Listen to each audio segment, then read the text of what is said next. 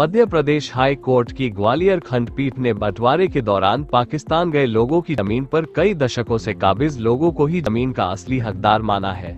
Madhya Pradesh high court ने 2009 में आवंटित सरकार के पूर्व फैसले को सही ठहराते हुए विदिशा कलेक्टर को निर्देशित किया है कि वह कई वर्षों से जमीन पर काबिज किसानों को जमीन का असली हकदार माने और राजस्व रिकॉर्ड में उनके नाम को दर्ज करे। खास बात यह है कि विदिशा जिले के गुलाबगंज तहसील के मुनग्वारा में ऐसी करीब 100 एकड़ से ज्यादा जमीन है जो शत्रु संपत्ति मानी जाती है। हालांकि जमीन पर विभाजन के बाद स्थानीय लोगों ने कब्जा कर वहां खेती बाड़ी शुरू कर दी थी। मध्य प्रदेश सरकार ने 1990 में स्थानीय किसानों को ही जमीन का असली हकदार माना था। सरकार ने इन किसानों के नाम ही जमीन का आवंटन कर दिया था। बाद में सरकार के 2005 के एक आदेश का हवाला देते हुए इन आवंटनों को 2012 में रद्द कर दिया था। मध्य प्रदेश सरकार ने कहा था कि साल 2009 में जिस शत्रु संपत्ति की जमीन का आवंटन किया गया था वह कानून 2005 में केंद्र सरकार ने रद्द कर दिया था। इसलिए किसानों को जिस कानून के तहत कृषि भूमि आवंटित की गई थी उसे रद्द कर दिया गया। इसे लेकर विदिशा जिले के गुलाबगंज तहसील के मुनग्वारा गांव के करीब 1 दर्जन किसानों ने हाई कोर्ट में याचिका दायर की थी। किसानों के अधिवक्ता पवन रघुवंशी ने न्यायालय को बताया कि निरसन कानून 1954 इन प्रभावित किसानों पर लागू नहीं होता क्योंकि यह कार्रवाई पहले से प्रचलनशील थी, इसलिए 2012 का आदेश सरकार का अवैध था। हाई कोर्ट ने भी किसानों के अधिवक्ता पवन रघुवंशी की दलील को सही माना और 2012 में निरस्त आवंटन को बहाल करने के निर्देश जारी किए। एडवोकेट पवन रघुवंशी ने बताया कि विदिशा जिले में करीब निष्कांत भूमि करीब 100 एकड़ है जो लोग विभाजन के समय देश छोड़कर पाकिस्तान चले गए थे। इनमें हिंदू और मुसलमान दोनों ही बिरादरी के लोग थे। बाद में स्थानीय लोगों ने इस शत्रु भूमि पर कब्जा कर वहां खेती बाड़ी शुरू कर दी थी। उनका कहना है कि उनके लगभग 1 दर्जन याचिकाकर्ता किसानों की जमीन 8 हेक्टेयर थी, जबकि जिले में ऐसी शत्रु भूमि करीब 100 हेक्टेयर है।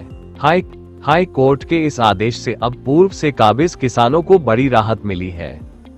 संवाददाता रिपोर्ट, समाचार network Madhyanchal today digital, Gwalior, Madhya Pradesh. हाँ सर, ये जो 1947 वाला मामला है, ये है विदिशा जिला तहसील गुलाबगंज का मामला है। इसमें क्या हुआ था, विभाजन के वक्त जो लोग पाकिस्तान चले गए थे, ज़मीन अपनी कृषि भूमि छोड़ गए थे, तो वहाँ के जो लोकल किसान थे वो उस कब्जे पर रहे। तो शासन का एक नियम आया 1990 में और शासन ने निर्णय लिया कि जो 50 साल से निष्क्रांत भूमि जिसे कहते हैं उन पर अगर कोई कब्जेदार हैं, किसान खेती कर रहे हैं, तो उनको अलॉटमेंट उस ज़मीन का कर दिया जाए और उनको मालिकाना हक दे दिया जाए। तो उस प्रोसीडिंग के तहत 2009 में याचिकाकर्ताओं को मालिकाना हक दे दिया, अलॉटमेंट कर दिया गया। फिर यकायक 3 साल बाद 2012 में मध्य प्रदेश शासन ने वो 2009 का ऑर्डर रद्द कर दिया, ये कहते हुए कि चूँकि जिस एक्ट के तहत अलॉटमेंट किया था वो था इवेक्यू प्रॉपर्टी एक्ट 1954, वो 2005 में रद्द हो गया था। चूँकि 2005 में वो एक्ट रद्द हो गया था तो 2009 में अलॉटमेंट नहीं किया जा सकता था, वो अवैध था। और इसको देखते हुए और उन्होंने 2012 में ये अलॉटमेंट ऑर्डर 2009 का कैंसिल कर दिया।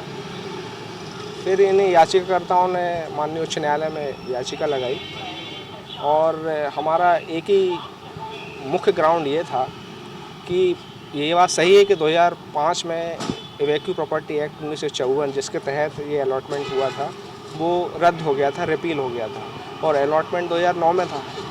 लेकिन सेक्शन 6 जनरल क्लॉज एक्ट में ये क्लियर प्रावधान है कि अगर कोई कार्रवाई प्रचलनशील है, पेंडिंग है, तो वो रिपील एक्ट का प्रभाव उस पर नहीं पड़ेगा, कार्रवाई चलती रहेगी। इसीलिए जो अवैध करार किया है 2012 में हमारा अलॉटमेंट ऑर्डर, वो गलत है और कोर्ट ने इसको हमारी प्ली को कंसिडर करते हुए वो 2012 का ऑर्डर जो जिसमें अलॉटमेंट ऑर्डर रद्द किया था उस ऑर्डर को रद्द किया और कलेक्टर विदिशा को डायरेक्शन दिए कि सारे रेवेन्यू रिकॉर्ड्स में याचिकाकर्ताओं के नाम, उनके नाम उसमें जोड़े जाए और उनको मालिकाना हक दिया जाए। कुल कितने किसान थे, कुल कितनी भूमि थी? मेरी याचिका में 12 किसान थे और ऐसी कम से कम 7-8 याचिकाएँ थी, उनमें अलग अलग नंबर्स ऑफ किसान थे उसमें। और भूमि तकरीबन मेरी याचिका में 8 हेक्टेयर थी, और ऐसे अगर हम तकरीबन 100 हेक्टेयर के करीब माना इस जमीन। ये विदिशा जिले में? विदिशा जिले गुलाबगंज तहसील का मामला था। तो मतलब जो लोग छोड़ के गए थे, अब उनकी ज़मीन पे जो लोग काबिज हैं उन्हीं उनको मालिकाना हक दीजिए, तो नियम ही था 1990 का, तो उस पर तो कोई डिस्प्यूट ही नहीं था। तो अब वो चूँकि हमने स्टे ले रखा था, तो कब्जेदार थे ही, तो वो खेती तो कर ही रहे थे। अब उनको दोबारा से उनकी एंट्री शासकीय जो घोषित कर दी गई थी, दोबारा से उन्हें याचिकाकर्ताओं के नाम खसरा एंट्रीज में उनको मालिकाना हक दे दिया। तो क्या जो उनका कोई डिस्प्यूट नहीं है, वो तो लोकल किसान जो कब्जे में आ गए थे, कई लोग रिश्तेदार भी हैं और कई लोग लोकल किसान भी हैं। सभी हिंदू? कुछ हिंदू हैं, कुछ मुस्लिम भी हैं।